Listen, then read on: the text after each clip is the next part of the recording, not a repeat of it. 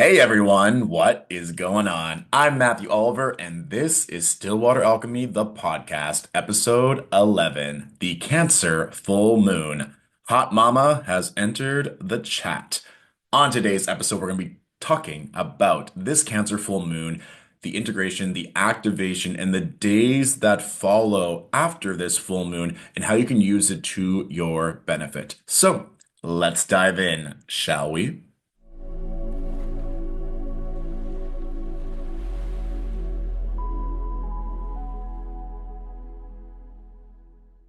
One thing that we always want to look at when we're examining any astrological transit, but especially a full moon, is that there's going to be a peak of emotional power, intensity, a climax of energy, whatever phrasing works the best for you. And this is because if we're talking about the divine masculine, the divine feminine. We can say that the masculine is connected to the sun, the feminine is connected to the moon. And then if we're going to go into many different layers of how we can examine the condition of the full moon, the sign that it's in, the aspects that it's making, and also where the moon is going after that full moon. It would be like the equivalent of saying, we just got married, but then the honeymoon is here, or then maybe some people are married and they're pregnant and they're going to have a baby right after that wedding. Or maybe people have not so good of a time after they get married and get divorced shortly after. So it's not just, in my opinion, looking at the full moon, but it's also looking what's happening after so we can understand how to fully utilize that peak of emotional energy and intensity. And of course, if you want all things astrology, spirituality, and just overall goodness, feel free to join the Alchemy Point, Stillwater Alchemy's online community. I'll put the link below for all the details so you can understand how to best benefit. Now, if we're continuing on the theme of full moons being this peak emotional energy, one thing that you can also look at is if you are a night chart. And this is going to be when you look at your natal chart.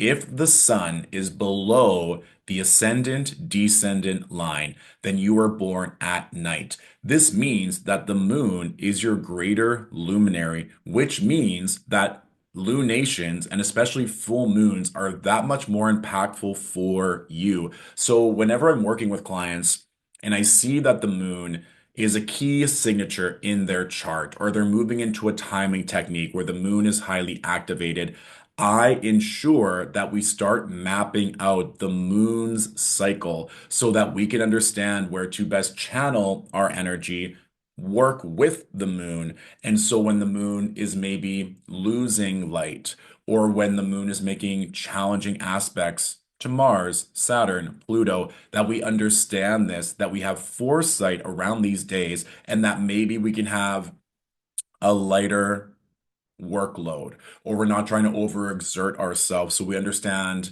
that when the moon is facing challenging energy, that we too may be facing challenges, whether it be emotionally, with our body, with our home, with our family, so that we don't pack everything on those days. And so if we bring up the chart of this Cancer full moon, which occurred on January 13th at 5:27 p.m. Eastern Standard Time, we see that the moon is at 23 degrees, 59 minutes of Cancer. And Mars is currently retrograde at 27 degrees, 4 minutes of Cancer. That's a very, very close orb between the moon and Mars, especially given that the moon is moving forward, Mars is moving backwards. Now, how can we interpret this? Well, the moon is in her home sign of Cancer. So automatically she's able to utilize her gifts, utilize these lunar energies in a very easy, free-flowing way. So we think of the moon being very loving, very kind, very nurturing, allowing ourselves to tune in with our emotions. And then we see Mars, who is in its fall in the sign of Cancer. We're talking about the moon being in high dignity, having high power in Cancer, being loving and nurturing. And a key aspect of Mars is conflict, anger, aggression, fighting.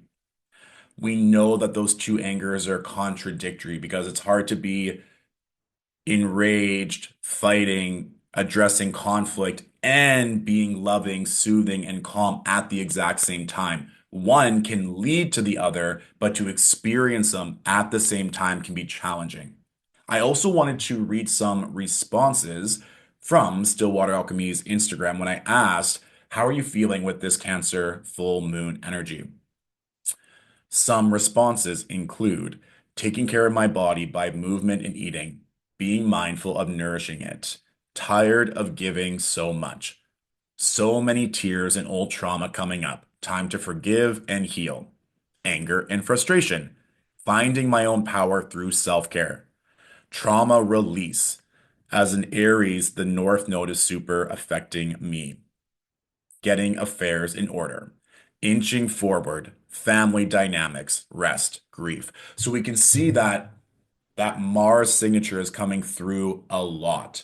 And if you want to see where this specifically is manifesting for you, you can look to the Cancer ruled part of your natal chart. That house, it's likely to be very obvious where your emotions are trying to get you to move or potentially to go back, given this is a Mars retrograde, to go back to a certain energy for you to express your emotions, for you to feel better. And that's what I was saying before of working with the moon and Mars. There might be something, especially with this Mars retrograde being so closely aspecting the moon, that is coming up so that you can get better healing, get better resolve. So let's say you've had an overuse injury on and off, and during the full moon that we experienced, you're like, this is a time where I really need to address this. I can't keep being afraid that my body is going to break down on me. So this is a time where I'm going to seek the healers, seek proper discipline and the right plan for me to address this long term so I no longer have fear of this pain in my body. Maybe there are mother wounds coming to the surface that are really wanting to be addressed. You need to have a conversation around a feminine person in your life to work through some anger, frustration, so that you can understand your own feminine and what you need to receive and be in that emotional equilibrium moving forward. Or potentially it has to do in and around your home. Maybe you're dealing with a conflict with a landlord or with a roommate or with a family member that you live with. And it's just gotten to the point where you need to address this irritation, anger, frustration. And sometimes, too, if we're talking about Moon Mars, it might be certain things like your neighbors being very loud or there's construction going on. And you need to find a way to address that Martian energy so that your own body, your own emotions, your own nervous system is no longer getting fried by this surrounding Martian influence. And as I mentioned before, looking to the Cancer ruled part of your chart is really going to help you pinpoint where that Martian energy needs to come up. I also want to make us aware that with this full moon activation, that Mars was making almost an exact trine to Neptune. And the moon is making an applied trine to Neptune. So the moon isn't without resources here from some other planets. For those of you also watching the video version, you can also see that the moon is making a sextile to Uranus. So there might have been a very intense or very quick injection of Martian energy that's causing the moon to react either abruptly, curtly, volatilely, for you to approach your dreams or for you to get closer to your spiritual practice or your devotion, or maybe for you just to simply feel your emotions. For some of us, feeling those emotions, being able to name those emotions, being able to work with those emotions is easier than others. So if you're someone that doesn't have a lot of water in your natal chart, or if you're someone who feels uncomfortable around emotions, then this is a beautiful time for you to address them, to get some clarity, to get some levity, to get some breakthrough, so that moving forward, that you're able to swim in these emotional waters, to not drown, but to feel the cleansing, regenerative, healing property that water energy can so easily bring if we allow it to. And I'll give a personal example. There was something, and this is just really funny because I didn't want to record this podcast yesterday on the day of the full moon. I very much felt called to do it today on Tuesday. But there was something that happened to me today where I was like, ooh, like the emotional surge was so intense and it was very obvious where it was coming from. And it was very Martian in nature in relation to what's been going on with this Mars retrograde. And I kind of predicted this was going to happen, but it really threw me even still, even being a professional astrologer, even knowing that this full moon is coming, even knowing how to handle Martian energy. But it also allowed me to double down on certain aspects of my life, certain Neptune energy in my life. Neptune can also bring forth divine intervention. It can bring through a deeper understanding of your faith. It can really allow you to go into your emotions. And as I mentioned before, it can drown you, and the emotional overwhelm can be so intense, right? If we're talking about Neptune being linked to Poseidon. Or it can be that extreme faith when you're lost at sea that you are going to give it up to a higher power because that's the only way you feel like you might survive in that capacity. So, having felt that intense energy and that intense Martian surge with this full moon activation, it really made it clear for me what direction I need to move forward and not have any doubts in my mind. So, I share that in the event that it's helpful for anyone listening, even if you end up listening to this podcast many moons in the future, that you can come back to this point in mid-January of 2025 to understand how you were moving at that time and to see the effects of the lunation in hindsight to make an even deeper understanding of a full moon in direct aspect to a Mars placement. Now, I also wanted to show us what we're dealing with on the days that follow. Because if we look at this, even moving forward to Wednesday, January 15th, 2025, we now see that the sun is in Capricorn, directly opposing Mars. So we just had a full moon conjunct Mars, and now we're having the sun in Capricorn opposing Mars. Now we see that it's not just one luminary directly impacted with Mars, and that there's another one. And we also can remember that Mars has been retrograde since December 6th of 2024, and it's going to be retrograde essentially till the end of February of 2025. So having both luminaries have to make a challenging aspect to Mars will likely bring up deeper themes of what this Mars retrograde is bringing up for you. And this is also a nice reminder as well with Mars opposing the sun, Mars retrograde opposing the sun, that we're halfway through Mars's retrograde. So that's a nice sigh of relief that we're already now literally going downhill. And it seems very timely, very poetic, as I like to say with the astrology, in that this needs to happen at this time. We just had a full moon with Mars retrograde. Now the sun is opposing Mars retrograde, that you're at the halfway point of a battle, and there might be some light literally being shed on a certain area of your life to give you an ounce of faith or to give you that respite, to allow your head to hit the pillow and say, I'm not out of the woods yet. There might still be some extra battles before the war is over. And that quote unquote war could be internal between yourself and your beliefs and fears. It could be in a relationship. It could be at work. It could be with a health diagnosis. It could be a legal matter. It could be many different things. But just so that you're aware, a lot of this for me, especially because we see now with the sun opposing Mars, the sun is going to that sextile to Neptune and now the North Node in Pisces. There seems to be Neptune trying to give us a little bit of an emotional nudge that maybe we don't see the lighthouse just yet, but we know intuitively what direction we need to steer the boat.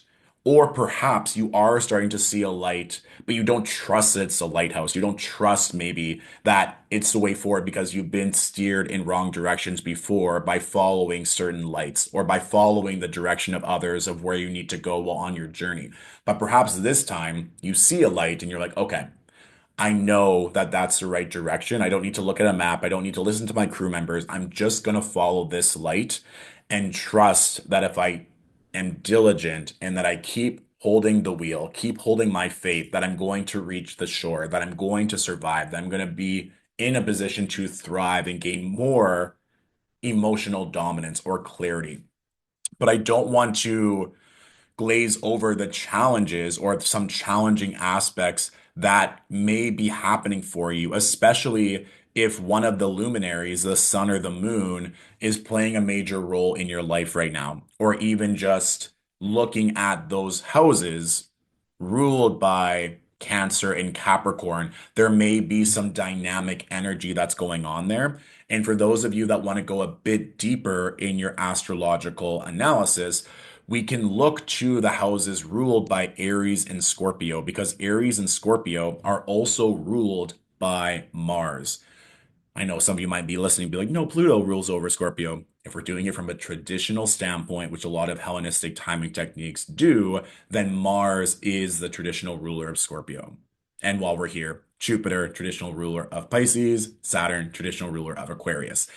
And that'll just give you an additional note as to potentially where this emotional energy or where these battles may be occurring in your life, given that both luminaries are directly aspecting Mars this week, the week of this Cancer full moon. And that will help you being like, okay, that is why this emotional surge, this Martian energy is coming up in this part of my life because both luminaries are aspecting Mars retrograde. Mars is in the sign of Cancer, where it has very weak essential dignity. So it's understandable why I maybe feel a bit emotional sensitive or a lot, and that prickly energy, that frustration is leading to a breakthrough if you allow it to. Because when we look to later on the week, we can see that, as I mentioned before, the sun is making great sextile aspects to Neptune and the North Node. And when we also move to the weekend, like Saturday, Sunday, we're then getting into a really beautiful territory, especially Sunday, because then the moon is going to be in Libra, where it gets to make a trine-based aspect to Jupiter. And the sun is then getting close to its cazimi, the exact conjunction with Pluto, which is going to happen on the 20th. And I believe there's going to be a lot of activation going on there, which is a whole other story, which we'll get into, especially if you're part of the alchemy point. But it's just to show you that with some of these astrological transits that they're meant to cause pain, discomfort, frustration, irritation to get you to move, right? If you feel inspired, you are going to act a certain way. If you are enraged, you are going to act a certain way. If you are happy and ecstatic, you're going to act a certain way. And this goes back to what I said earlier is that when we're looking at a full moon specifically, there's always going to be an emotional surge in some part of your life. And so when we can channel that, when we can understand that, when we can work with it, it's going to make our soul's journey that much easier to understand because we know that these things are happening. And at the same time, these transits are constantly changing. So if you're having a moment or a day or a couple days or a week where it's really hard or frustrating or painful, knowing that there are transits shifting all the time that are going to bring in some ease, some comfort, some expansion in other parts of your life, or sometimes the exact same area. It's just continually holding on, working through transmuting this energy so that we use it instead of allowing it to affect us or feeling it's happening to us and not with us, if that makes sense. So, in summary, the moon being highly activated by Mars, hence the title Hot Mama has entered the chat. Embrace the Martian energy, the conflict, the anger, even the inspiration, the courage, the excitement, whatever that is. I do believe, given that the sun is also going to oppose Mars, that there's going to be some either battle, irritation, conflict, frustration that's coming up to be addressed, whether it be small or big in some area of your life, and understanding that with this full moon, you might have been feeling it over the weekend leading up to the conjunction with Mars with the moon, or you might be feeling it later this week as you integrate the full moon, and then the sun is making that direct opposition to Mars retrograde. And I mean, even a very loud example are the fires currently happening in Los Angeles. I was there when it was happening, and it was just really intense because the moon also represents cities and homes, and then Mars being obviously linked to fire, and seeing how leading up to this full moon, that the fires were mitigating and getting calmer. But then the aftermath of this energy, of this very loud Martian expression, how are we going to allow ourselves to feel cared for, nurtured, and safe in our bodies, in our homes, in our families? And people are still recalibrating. But if you look at the news, there are celebrities that are coming out donating large sums of money to help with the relief, right? There are people coming forward to help heal and to help be that lunar energy for those that are affected by the Mars energy. They're using their power, they're using their energy, they're using their goodwill to help others. So that's just even such a macro scale of how we can see it affecting the collective. So then you can decide, are you needing more of that love and nurturing because you're really affected by Mars? And so thus calling on that support to help you.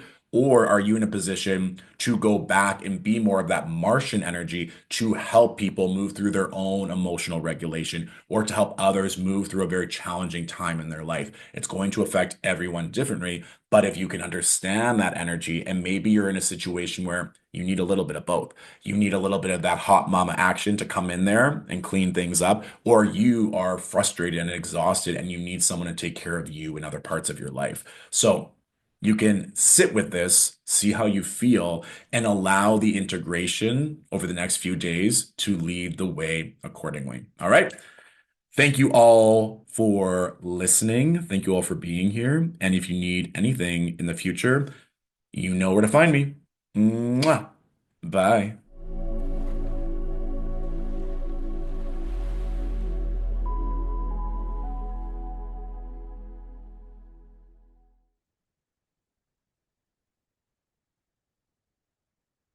Also, if we're talking about this moon Mars energy and the sun opposing Mars, you might also just want to cool off. So allowing yourself to drink lots of water or to take like a time out or to freeze certain things. You're like, I just want to slow down, even just to be able to feel certain things. So if you feel like your mind is racing or you're very activated by Mars, what can you do to slow down? Even what they're showing me right now is like putting an ice cube on your tongue and just feeling it melt, of knowing that certain things will pass. You're not going to feel like stuck or irritated in this state for a long time, that sometimes even faster than we think, you become unfrozen or unstuck so that things can move in the way that feels good. So if you stuck around to the very end and you want to just place an ice cube, no matter what the size is, on your tongue and just ground into the feeling of letting it melt, that may also be enough to just literally shift things. And as I say that, I'm going to go do that right now to cool off a little bit on my own.